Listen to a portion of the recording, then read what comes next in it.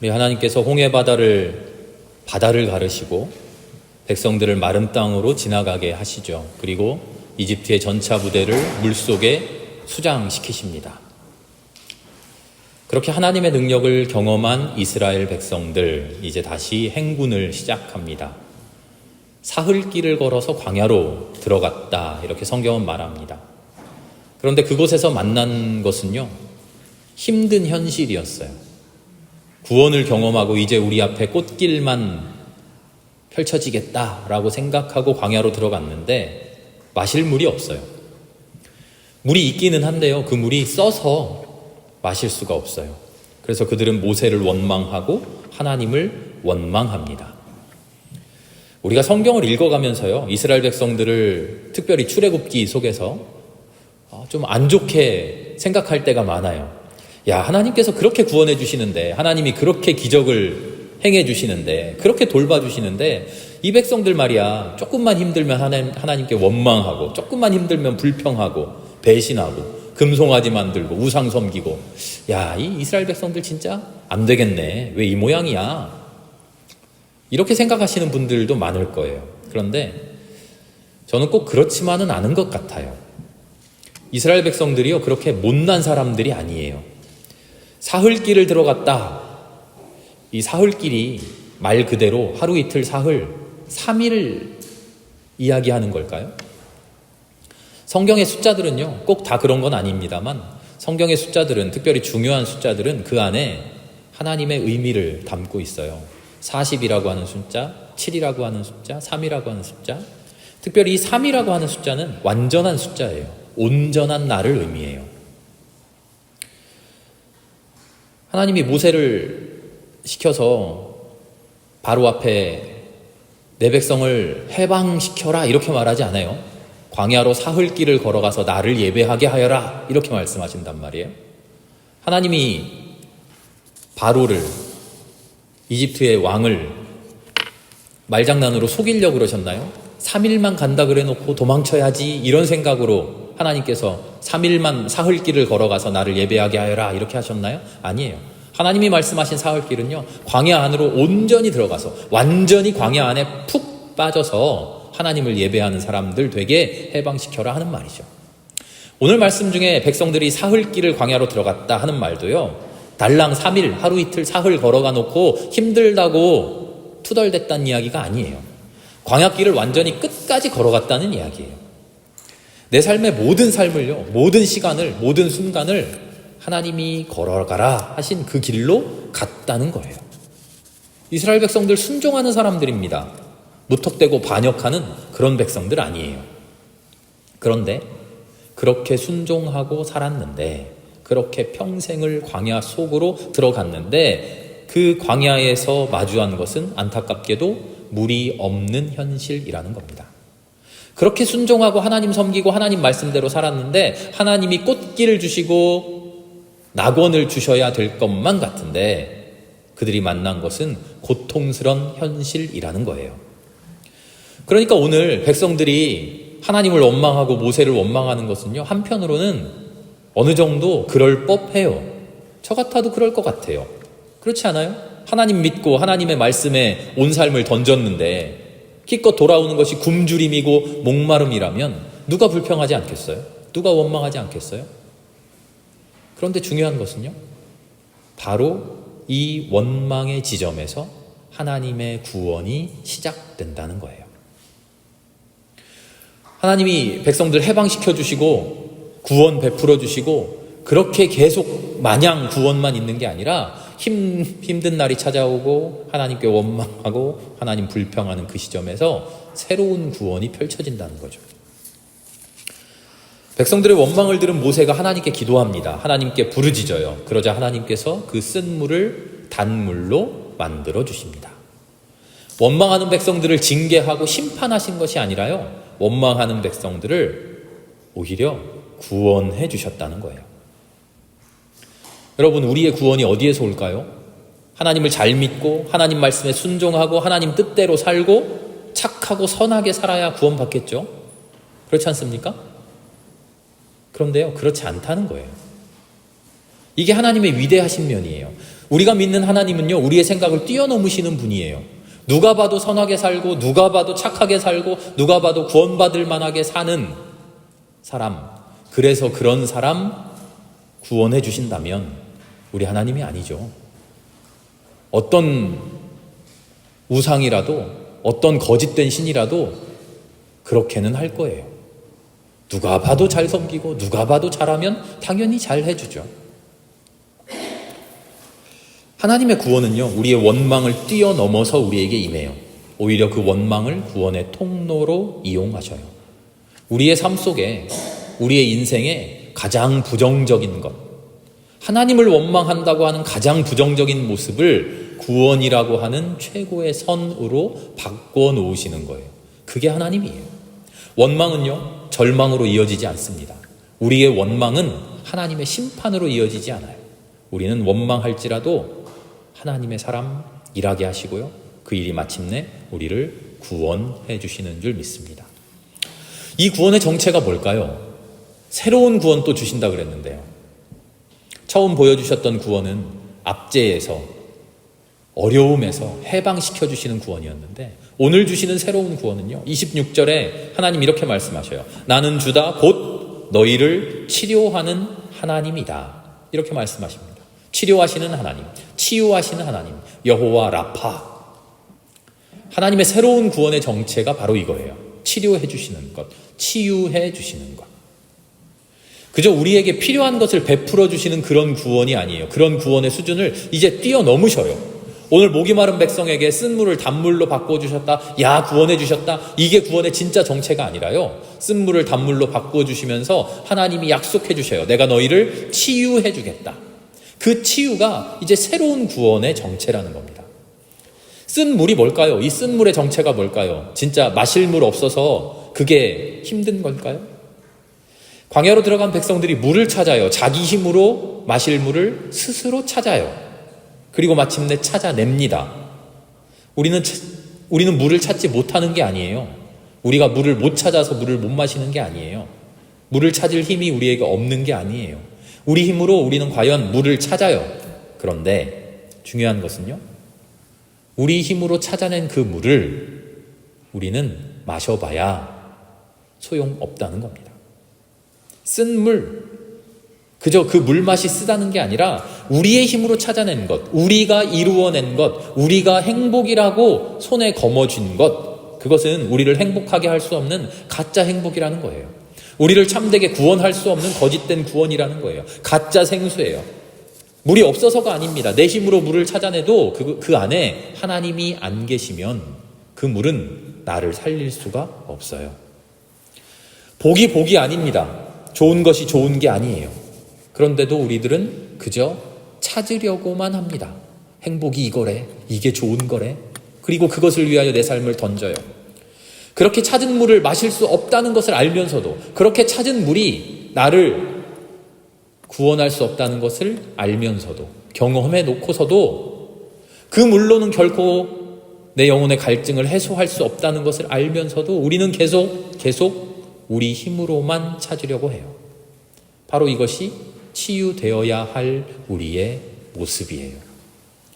헛된 줄 알면서 그 헛된 것을 계속 찾아다니는 우리, 그 헛된 것에 계속 의지하는 우리, 헛된 것을 찾기 위해서 우리의 온 힘을 쏟아붓는 우리의 모습, 온 힘을 다해서 그 헛된 것을 찾다가 지쳐버리는 우리의 모습. 그래서 과연 하나님 앞에 마라 쓰다 원망만 하고 있는 우리의 모습, 이게 바로 치유되어야 할 우리의 모습이라는 거죠. 하나님께서는 오늘 바로 이런 우리의 모습을 치유해 주시겠다 선언하시는 겁니다. 변화시켜 주시겠다 선언하시는 거죠. 그렇게 보면 이 마라라고 하는 이곳은요, 백성들이 우연히 들른 곳이 아닌 것만 같습니다. 광야를 이리저리 떠돌다가 우연히 머물게 된 그런 동네가 아니에요. 하나님께서 계획하시고요, 하나님께서 주도적으로 면밀하게 이끌어 오신 곳이 바로 이곳 마라예요. 하나님께서는 백성들이 원망할 것을 다 알고 계셨어요. 그래서 그 원망을 구원으로 바꾸시기 위해서 이 모양 이 꼴인 백성들을 치유하기 위해서 일부러 마라로 이끌어 오신 거예요. 어디 한번 너희들 원망해봐라. 내가 그 원망을 구원으로 바꾸어 주겠다. 그 구원을 보고 너희들 새로워져라. 그렇게 새로운 사람 되어서 하나님을 옳게 믿어라. 우리의 삶이 힘들다고 우리 걱정할 거 하나도 없어요. 하나님께서는 우리를 구원해 주시기 위해서 지금 우리를 그 힘든 현실로 인도해 주신 겁니다. 하나님이 내 삶을 계획하시고요, 내 삶을 주관하시고요, 내 삶을 주장해 주셔서 지금 내가 이 마라, 그 쓴물 앞에 있는 거예요. 우리의 삶 속에 고통이 있죠, 고난이 있죠, 쓴물이 있죠. 원망할 것 없습니다. 기도하면 됩니다. 하나님 앞에 기도하셔요. 아니, 원망해도 돼요. 그런데 하나님께 원망하세요. 어디 다른 데 가가지고 쓸데없는 데다가 매달리는 게 아니라 원망을 하더라도 하나님 앞에 엎드려서서 원망해야 됩니다. 그 모든 것이 하나님의 구원의 손길이기 때문이죠. 하나님께서 나를 치유하시기 위해, 나의 이 못난 영혼을 고쳐주시기 위해, 새로운 삶으로 다시 태어날 수 있도록 허락해 주시기 위해 내 삶의 쓴물을 허락해 주셨구나 깨닫고 감사할 수 있기를 바랍니다. 우리가 원망하는 그 순간에요, 하나님이 나는 심판의 하나님이다 하고 우리를 혼내지 않으셔요. 우리가 원망하는 순간에 하나님이 우리에게 오셔서요, 나는 치유의 하나님이다 하고 우리를 위로해 주실 줄 믿습니다. 그럼 하나님 무엇을 치유해 주십니까? 하나님의 치유의 핵심이 뭡니까? 먼저 우리의 삶의 환경을 치유해 주셔요. 삶의 환경.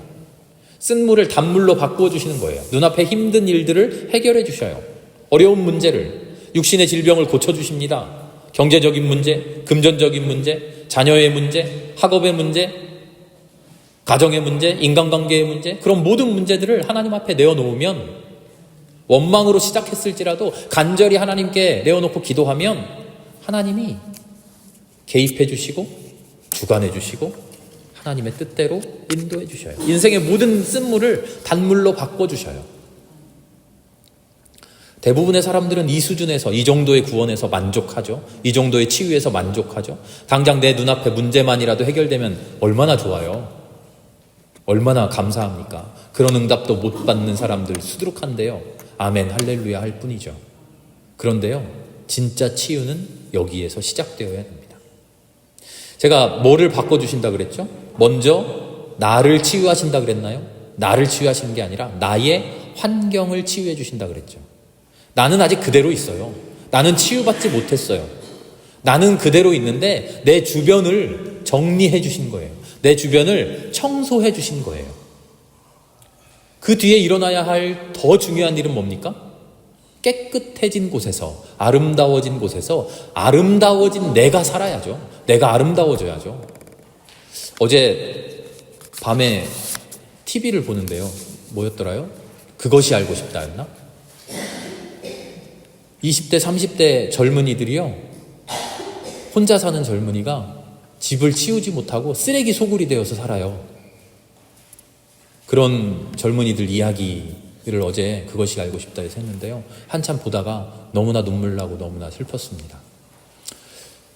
청소해주는 사람들이요, 도와주는 사람들이 가서 집 안에, 그 조그만 집 안에 몇 톤이 넘는 그 쓰레기를 다 치워줘요. 깨끗해져요. 그러면 그 쓰레기 소굴에서 살던 사람들이 눈물 흘리면서 고마워해요. 그런데 그 모든 쓰레기를 다 수거해주고 쓰레기장으로 쓰레기를 버리러 가면서 그 쓰레기 치워주는 일 하시는 분이 인터뷰를 이렇게 해요. 그런데요, 이렇게 치워줘도 그 사람이 안 바뀌면 다시 또 쓰레기집이 되더라고요.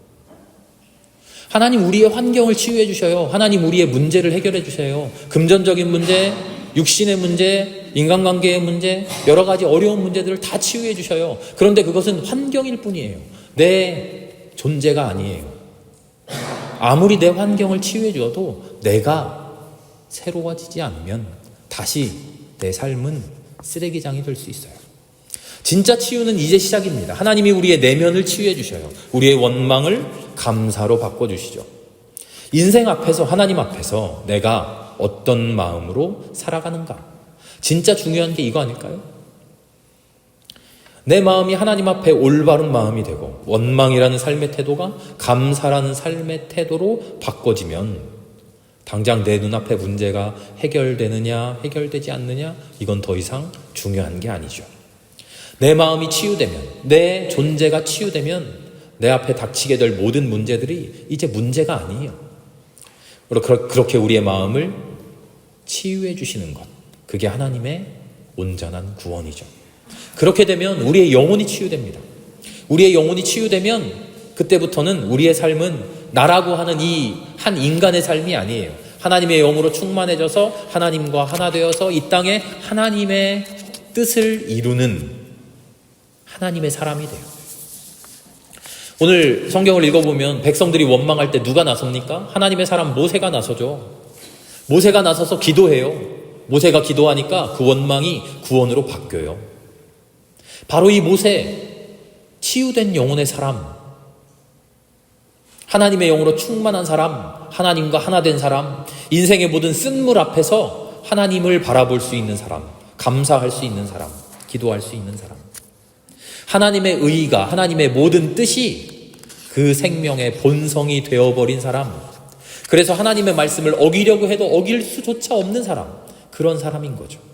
말씀이 육신이 되었다, 요한복음 말씀하시는데 그렇게 말씀이 육신된 사람, 그리스도와 같은 사람, 그게 진정으로 치유된 사람이죠. 오늘 우리 모두가 그렇게 치유된 사람 될 수 있기를 바랍니다. 주님 앞에 나와 기도할 때 원망으로 시작한 기도라 할지라도 그 기도가 감사로 바뀌고 그 기도가 하나님의 구원을 인도해내는 그런 기도가 될 수 있길 바랍니다. 오늘 하나님 앞에 치유되어야 할 나의 모든 문제를 가지고 나와보세요. 주님 앞에 기도로 그 모든 것을 고백해보세요. 지금 하나님께 치유받아야 할 나의 문제가 뭡니까? 육신의 질병이 있습니까? 간절하게 기도합시다. 마음이 아픕니까? 간절하게 기도합시다. 삶의 문제들이 있나요? 자녀의 문제가 있나요? 인간관계의 갈등이 있나요? 기도해 봅시다. 원망으로 시작할지라도 주님 나에게 왜 이렇게 쓴물을 주십니까? 원망과 불평으로 시작할지라도 그 원망을 계속 붙들어 보세요. 어느 순간 간절한 기도가 되겠죠. 그리고 그 기도가 우리를 과연 온전히 치유로 인도해 주실 것입니다. 호세아서 6장을 보니까요, 하나님께서 이렇게 말씀하셔요. 이제 주님께로 돌아가자. 주님께서 우리를 찢으셨으나 다시 싸매어 주시고 우리에게 상처를 내셨으나 다시 아물게 하신다. 이틀 뒤에 우리를 다시 살려주시고 사흘 만에 우리를 다시 일으켜 세우실 것이다. 우리가 주님 앞에서 살 것이다. 어떻게 하자고요? 하나님께 돌아가자고요. 하나님 앞에 서자고요. 하나님 우리를 왜 치유해 주십니까? 하나님이 우리를 치유해 주시면 하나님께 뭐 좋은 일이 있습니까? 예, 좋은 일이 있어요. 하나님의 치유의 목적은요, 우리가 하나님께로 돌아가는 거예요. 하나님을 똑바로 알고 우리가 하나님을 사랑하는 거예요. 그렇게 하나님과 우리가 서로 사랑하면서 밝게 웃으며 얼굴을 마주하면서 즐겁게 사는 거예요. 그게 하나님의 온전한 목적이고 그게 하나님의 온전한 바람이에요. 호세아 6장 6절 그래서 하나님 이렇게 말씀하셔요. 내가 바라는 것은 변함없는 사랑이지 제사가 아니야. 불살라 바치는 제사 그런 것보다 너희가 나 하나님을 알기를 더 바란다. 아멘. 하나님이 원하시는 것은요, 우리가 하나님과 사랑하며 사는 겁니다. 우리가 하나님을 제대로 알고 하나님의 마음을 이해하고 소중하게 여기며 그렇게 똑같이 우리의 마음이 하나님 앞에 이해되고 우리의 존재가 하나님께 소중하게 여겨지고 여김받고 하나님과 우리가 서로 사랑하며 사는 삶, 그것이 하나님이 이 세상을 다스리시는 유일한 목적입니다. 오늘 우리는 마라를 걸어가고 있습니다. 마라를 살아가고 있습니다. 그러나 우리 모두가 하나님 앞에 모든 것 내어놓고 기도함으로써 하나님께 온전히 치유받아서 하나님과 깊은 사랑 나누며 그렇게 복되게 살아갈 수 있는 하나님의 백성 될 수 있기를 주님의 이름으로 축원합니다. 함께 기도하겠습니다. 주님 감사합니다. 우리가 무엇이기에 우리에게 이런 귀한 은혜 베풀어 주시는지요. 우리가 무엇이기에 주님의 치유받아, 주님의 구원받아 새로운 삶을 살아가게 되는지요. 주님 앞에 원망한 것밖에 없는데, 주님 앞에 기도한 것밖에 없는데, 주님 앞에 불평한 것밖에 없는데, 그럼에도 그 원망을 구원으로 바꿔주시고 그 불평을 사랑으로 품어 안아주시는 주님 감사합니다. 우리도 하나님께 치유받아 새 삶을, 새 생명을 아름답게 살아내는 사람들 되어 보겠습니다. 앞으로 살아갈 우리의 새로운 삶을 성령으로 인도하여 주시옵소서. 모든 말씀 예수님의 이름으로 감사하며 기도합니다. 아멘.